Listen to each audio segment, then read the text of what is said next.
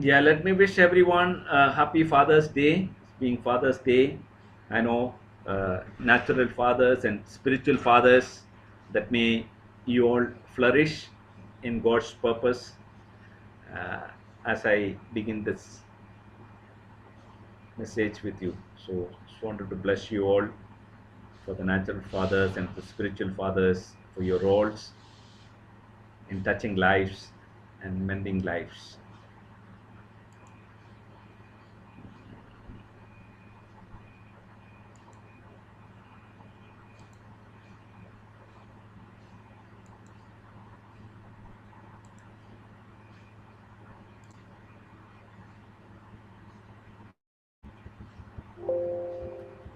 Yeah.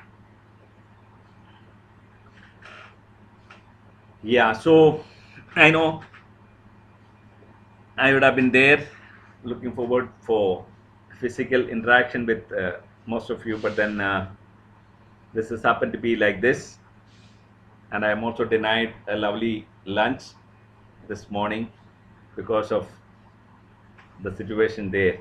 That being beside, let's just move on. What God has for us this morning. I know I've been on this series on aligning our life to God's heart, and it's I think it's such a great challenge for us, knowing that this life God has given us is a test, a trust, and a short assignment. And in this short assignment time, what God expects of us the most is that we align our life to His heart. Every endeavor in our daily life has to be taken towards meeting this challenge God has for us. Now we have looked at, in the context of this thought, we have looked at these challenges.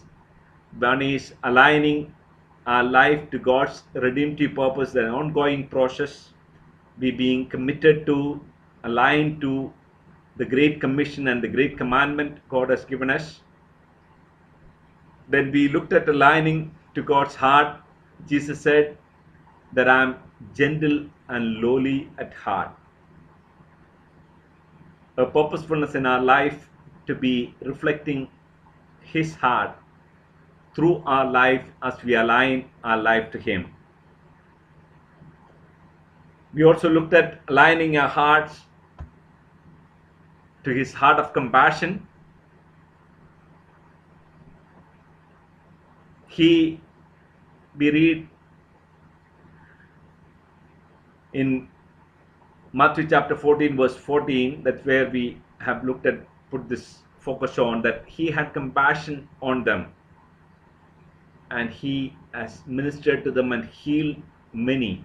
When He looked at the crowd, He saw them harassed and helpless, and He had compassion on them. Something which God wants us to align our life to.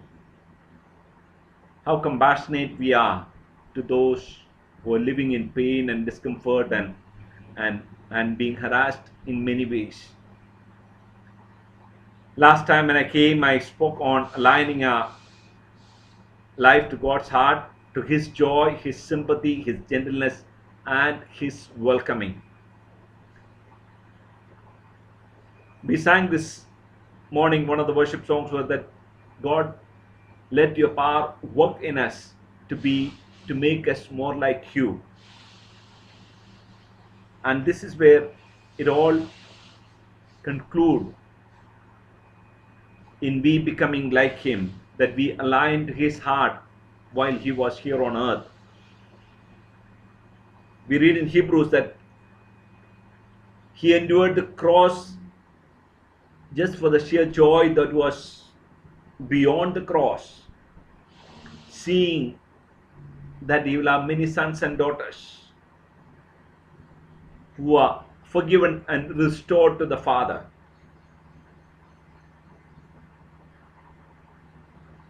And this morning, we want to go on and move into another aspect where God wants us to align our hearts to. Sometimes in our childhood, in our growing up, parents call us a nickname, isn't it? We are not known by our original name in our homes because parents love to call us by the pet names. And sometimes we are looking at this morning a pet name for Jesus. That's what people have called him. He said that a tender friend. Matthew chapter 11 verse 19.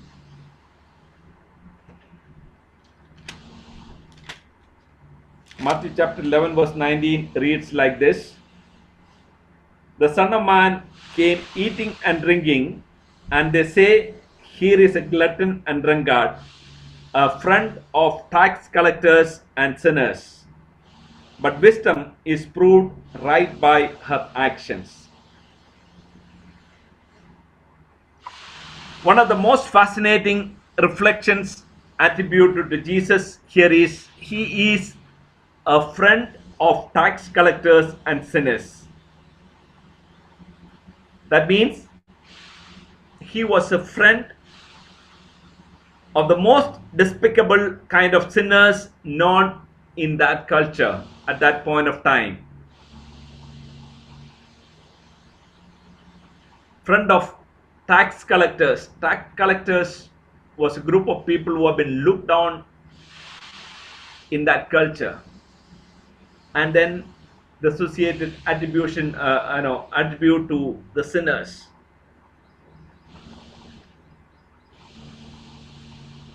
What we need to realize here is this: it is not the disciple who recognized Jesus' heart in through this. It was those him and acknowledge that in the context of what we hear. As often the case in the Gospels, such as when the demon says, I know who you are, the Holy One of God. That's what we read in Mark chapter 1 verse 24. Or when Satan himself acknowledges Christ to be the Son of God in Gospel of Luke chapter 4 verse 9. What we see, it is those who are opposing Jesus recognize rightly and well as to who he is. And they are able to perceive through the actions and interactions of Jesus to what he actually is. Now here we see the crowd calls him a friend of tax collectors and sinners, though it appeared to be an indictment.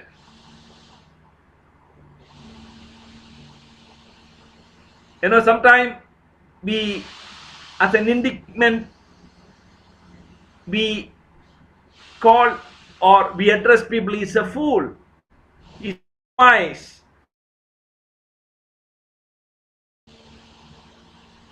He lost his mind. But then here, though it appears to be an indictment from the crowd,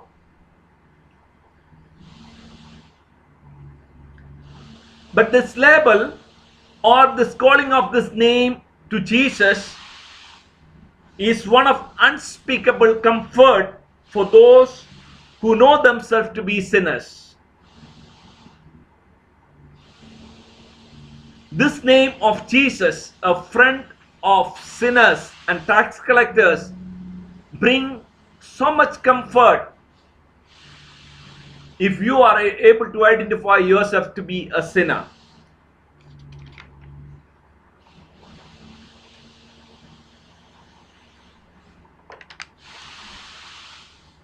So what does it mean? What does this indictment of the name per se? That's why I said they pronounce his name on Jesus as an indictment, not as an encouragement. But then this has a long, reflectiveness on the society at large. What does this name means? Calling on the name on him means he enjoys spending time with the sinners and tax collectors. This is something which he enjoyed doing it.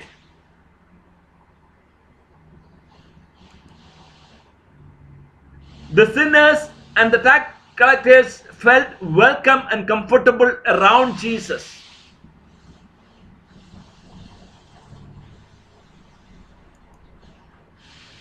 And they were all drawing near to him.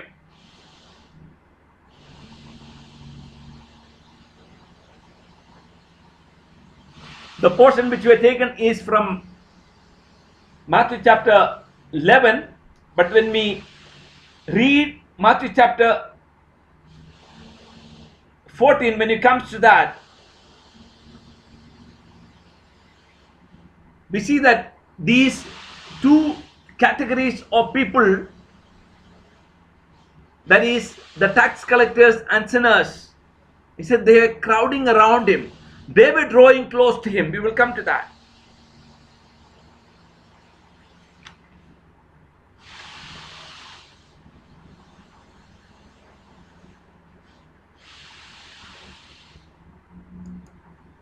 It also meant that they were all at ease around him. They didn't feel threatened by his presence. They didn't feel intimidated by him.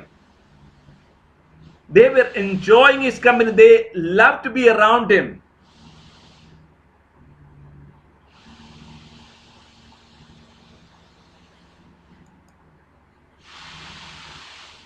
Because, what they found was Jesus offering them an enriching feelings of fresh hope. They didn't experience the constant taunting and being looked down by, but then what they are seen and experience through the association and being around with Jesus was that they found Jesus offers them an enriching feelings of fresh. This is what the meant to be the friendship of Jesus offered them. This is what they experienced being around with them.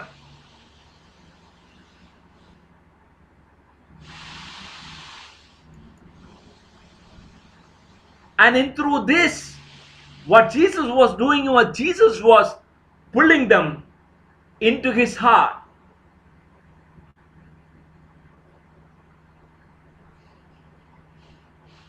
So this title or the indictment of this name, a friend of sinners and tax collectors, when they pronounce on Jesus, I don't know whether they were seeing the big picture of what was the cumulative outcome of that name. This was the cumulative outcome of that name calling. That these sinners and tax collectors enjoyed spending time with him. They felt welcome and comfortable around him. And they were thronging towards him. And they felt at ease because they could be the way they are. There is no judgment or taunting look by anyone, but then it was a soothing feeling of receiving enriching feelings of fresh hope being around with Jesus. And by offering this friendship, Jesus was pulling them to his heart.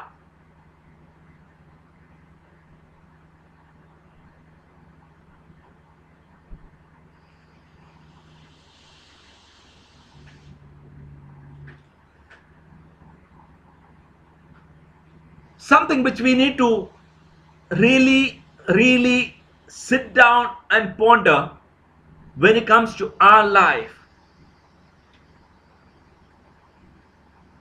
What would be the outcome of our life if we align to God's heart of being a friend in such manner?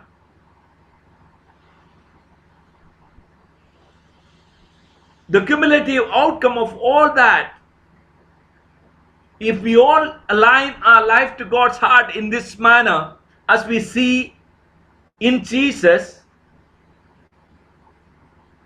is mind-blowing.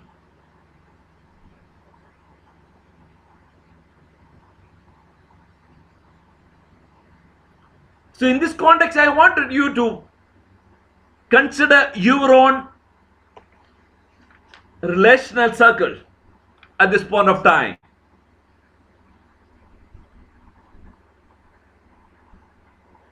How do we look at and see our relational circle? Who are our close friends, or who considers us as close friends?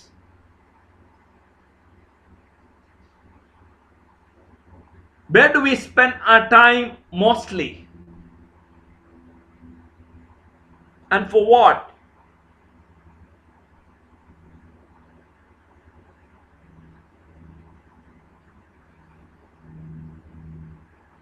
I know we may have categories of people in our own life, beginning with our own spouses being the closest person, the friend, to people in different categories of our relationship. But I feel it also may be shocking for some of us this morning to acknowledge with pain that we do not have a true friend we can relate to. Someone whom we could go to with any problem knowing we would not be turned away. Someone in our life we feel safe with, really safe. Safe enough to open up about anything.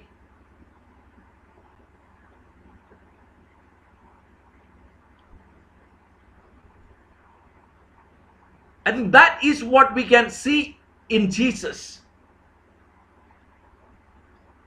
He had positioned himself to be a friend who can be approached anytime, in any situations.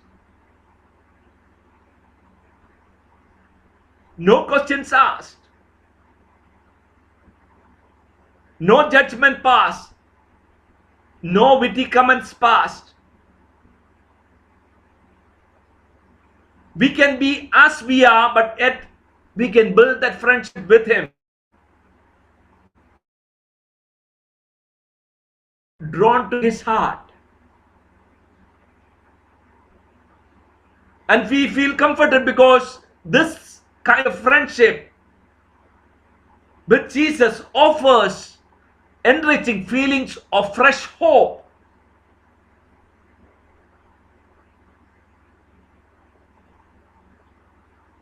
Are we strategically in a position to align ourselves to be a friend in this manner? If we are able to align ourselves to God's heart in this manner, it will be that we can watch that statement, that word which we read in 1 John chapter 17 verse,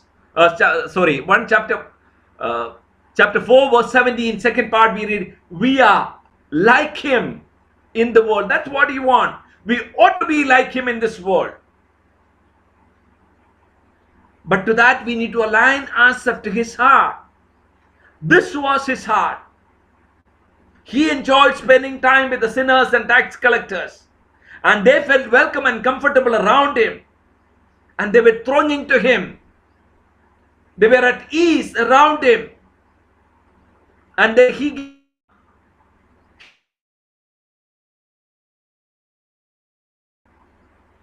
And through that, there was a magnetic attraction for them towards his heart.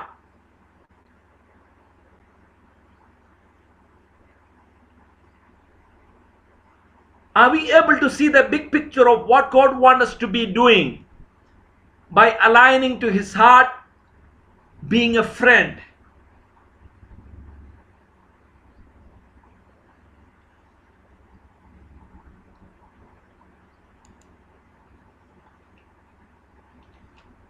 So we need to realize there is this promise for all of us to hold on.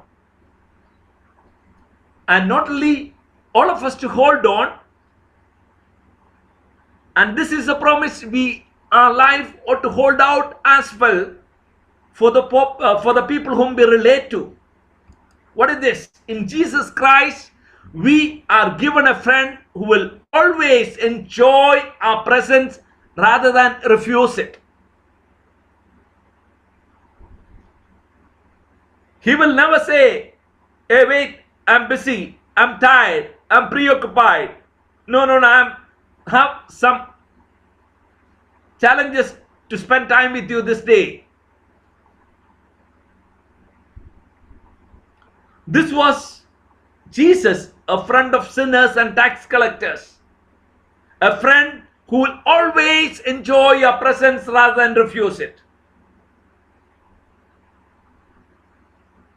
Jesus did not look for people whom we can relate to and socially, in a comfortable position or comfortable setting.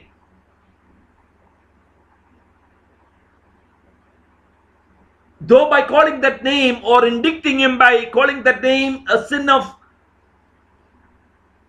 tax collectors, a friend of tax collectors and sinners, it was in a way they were casting doubt at his reputation, and he didn't care anything about his own reputation because he didn't deny. Last time I said one of his nature is he's welcoming. Anyone who comes to him, I will never refuse.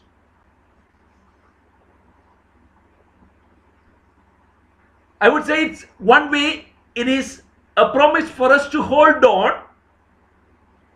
But then not just to hold on, as we align our life to his heart, it is something our life as well hold out for those in society at large. It's something for us to hold on and something for us to hold out as well.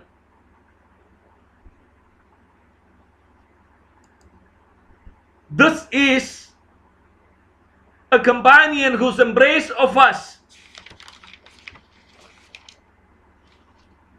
does not strengthen or weaken depending on how clean or unclean, how attractive or revolting, or how faithful or unfaithful we are.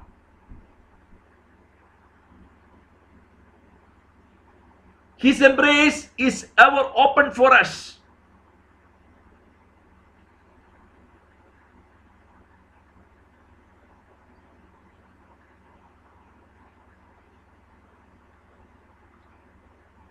And that's what we read in 1 John chapter 4.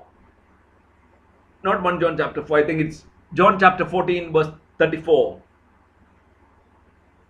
This is how we know what love is. I think that's 1 John. But it says that this is how we know what love is, that Jesus laid down his life for us. 1 John 3:16. That we ought to lay down our life for one another.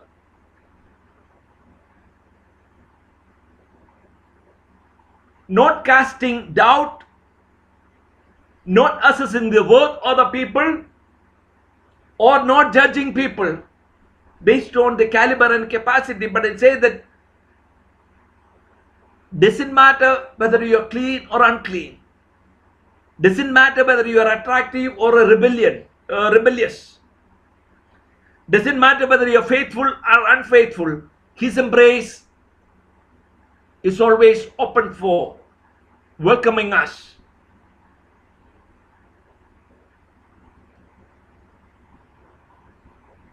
And that's what we can hold on to for us in our life.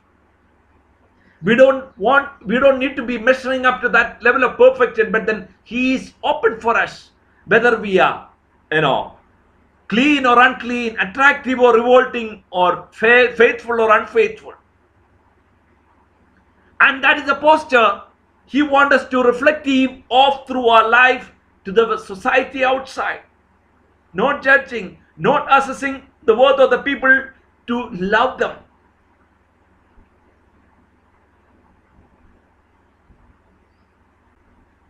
And this is the way we can be like Him in the world.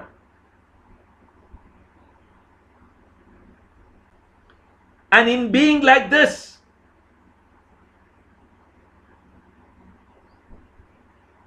we face the test and the trust He has disposed on our life.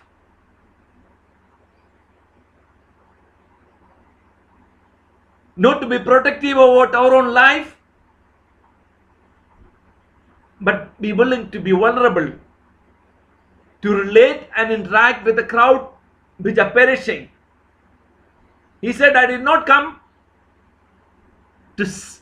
for those who are well. I came for those who are sick.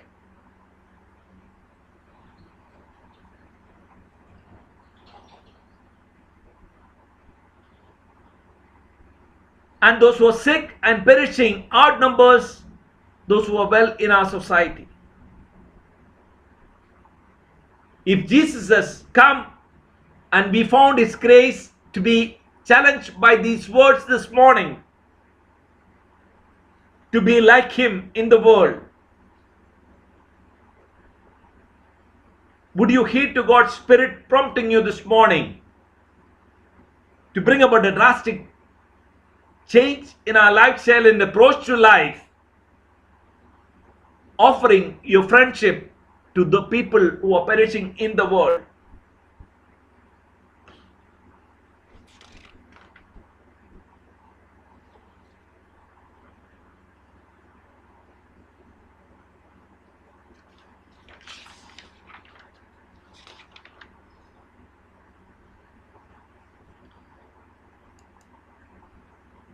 We need to realize there is a contrast to our relationship here on earth and our relationship we can see in Jesus.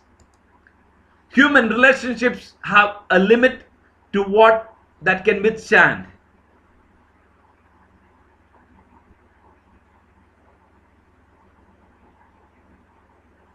I have one topic on that in the coming weeks, but it says that Jesus loved us in Gospel of John chapter 13. When we read it, He said, having loved His own in the world,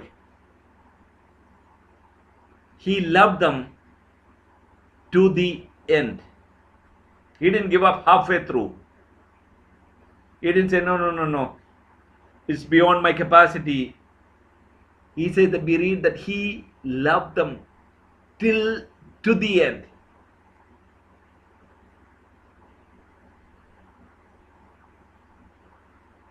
We know but that we have the challenges in our relationships. We sometimes bring in limits. Our tolerance levels are minimal. Though we desire more tolerance when it comes to us, but in giving it out to somebody else, our tolerance levels are limited. And limited to what it can withstand. But the friendship of Christ is altogether different.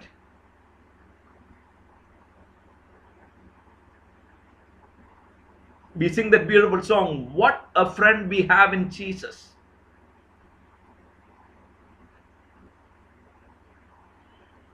If we cherish singing the songs and cherish to have Jesus as a friend, He wanted to model after Him, to be a friend of the same nature to those around you. Church, this is how Ephesians 3:10 can be fulfilled. God's intent was that now through the church, the manifold wisdom of God to be displayed, revealed to the principality. When we behave and relate and reflect ourselves to be in this manner,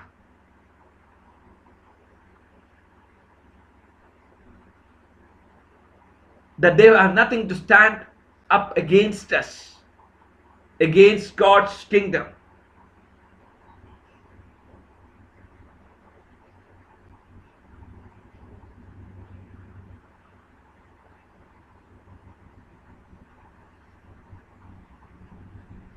When we look at Revelation chapter 3 verse 17, these are letters to the churches. That means people who are redeemed, right? And this is what we read. He says in Revelation chapter 3:17, says to a group of wretched, pitiful, poor, blind and naked Christians that he will come and eat with them. That is the kind of friendship Jesus offers to us.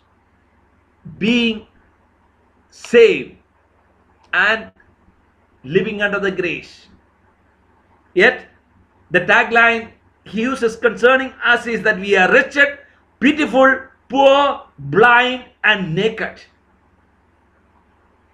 And he continues to offer his ongoing friendship to us, and offering to dine with us, to feast with us. Yet many a time we are not willing to offer our friendship to those who are perishing. We know what happened. We read the story of the woman at the well in John chapter 4. A casual interaction. And we read preceding that interaction, we read he was tired of a long journey. He was not in a comfortable state. He was tired and weary after a long journey. He didn't lose an opportunity to engage the woman in a casual interaction, offering a friendship which has never looked down upon her life, made her feel comfortable, made her feel inquisitive of what he was talking about. Not that one life saved, a village saved.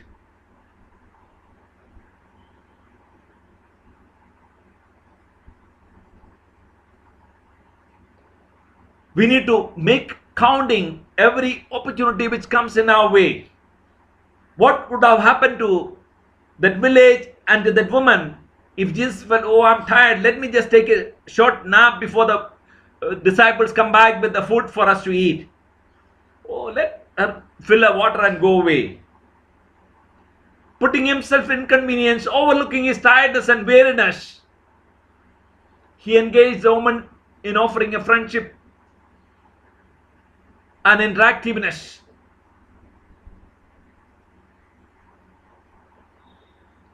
Saved this woman, and a whole village, a Samaritan village, came to know him that day. Know his friendship, know his love, know his saving grace.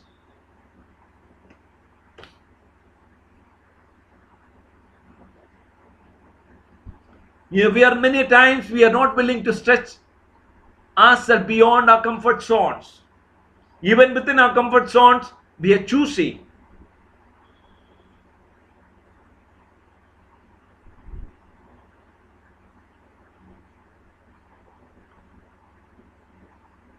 I think we need to be reflective of these thoughts at this point of time.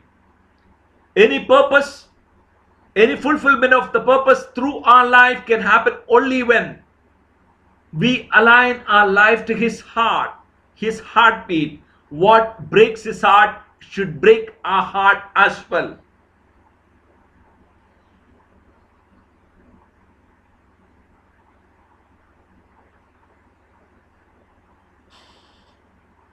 And then, as I said in Revelation chapter 3 verse 7, Jesus wants to come to those who are wretched, pitiful, poor, blind and naked and enjoy meals together.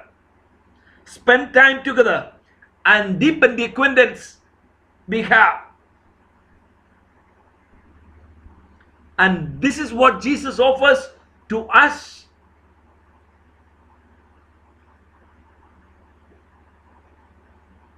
And this is where our heart should align with the Master's heart. Having saved, it is not indicative of we being perfect and good role models in any way. He said that wretched, pitiful, poor, blind, and naked.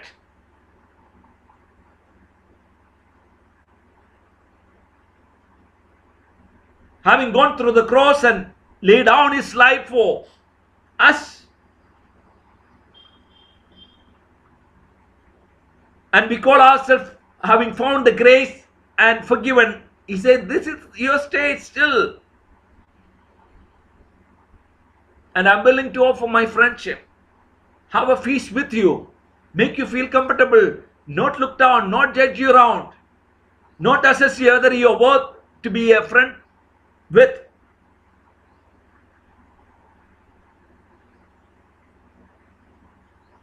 But then, we as people, we have people with big egos.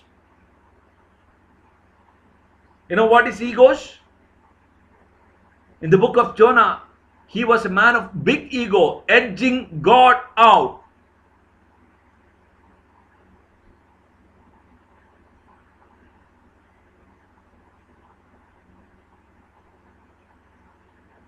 But that we need to know, align ourselves to his heart is the only thing which can bring productivity through our life.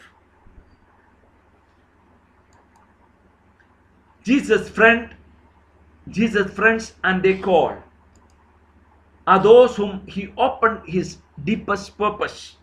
John chapter 15, we read that I call you friends, not as servants. Servant doesn't know the master's deepest secrets and heart, but I call you servants, and I share with you all that what I see my Father reveals to me.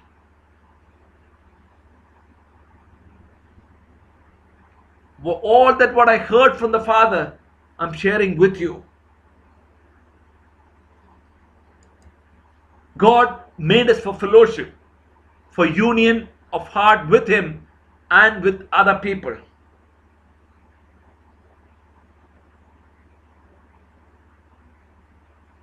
Companion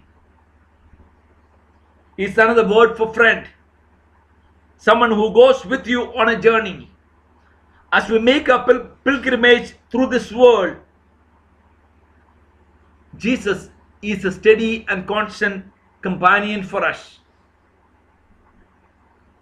And then we need to reflect of our life in a similar fashion to those who are struggling, harassed, weak, and in trouble.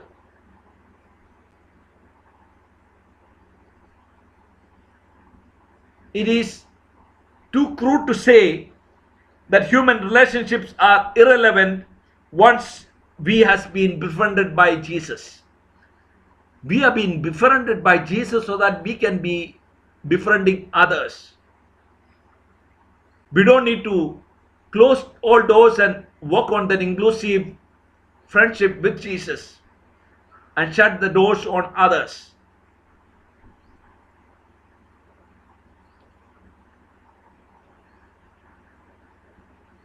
We are called to be modeling Jesus in every way. And that's the way we can be like him in this world.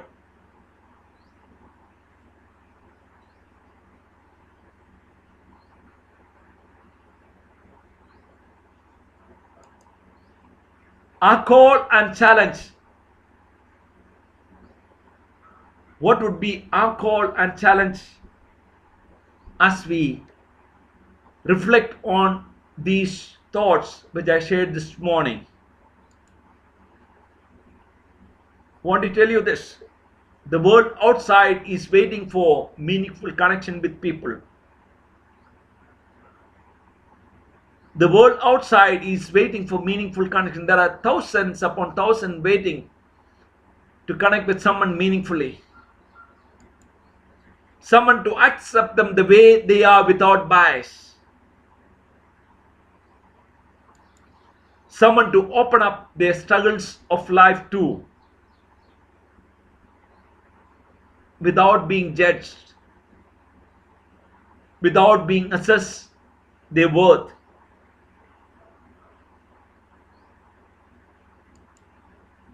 Someone they can feel free without intimidation.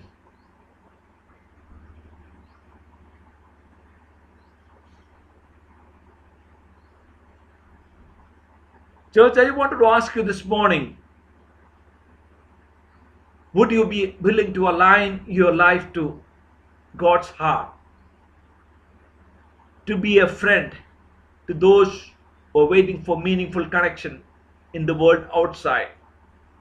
To accept them the way they are without bias. To allow them to open their struggles to you without judging. To be one they can feel free without intimidation.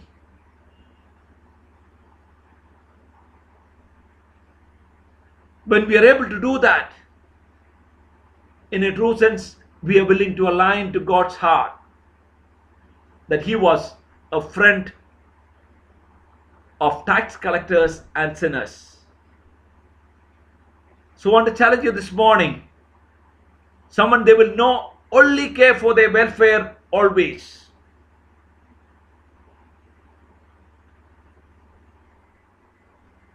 Someone they know will only care for their welfare always. That's what Jesus' posture was. When the society at large kept them at arm's length and looked down upon them, these sinners and tax collectors, Jesus drew them and embraced them. They felt the caring approach of Jesus because it was offering them a fresh hope. And that's a way, church, we need to make our life too. Get out of our comfort zones. And I want to challenge you this morning, ask you, are we ready to align to Jesus' heart? And to serve Him in your lifetime?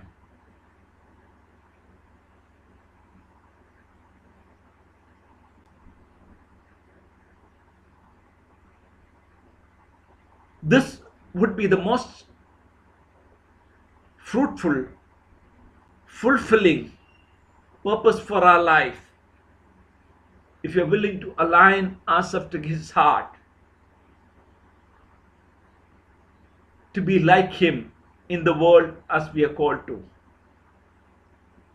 May God bless us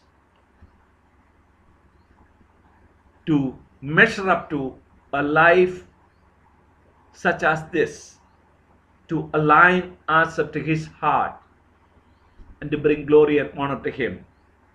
For this life is a test, trust, and a short assignment. We need to make good of as much in the time which is there before us. I want to play a song. If your heart is stirred to sing along and to make a commitment to this cause this morning, I would say do that, and thereafter I'll pray.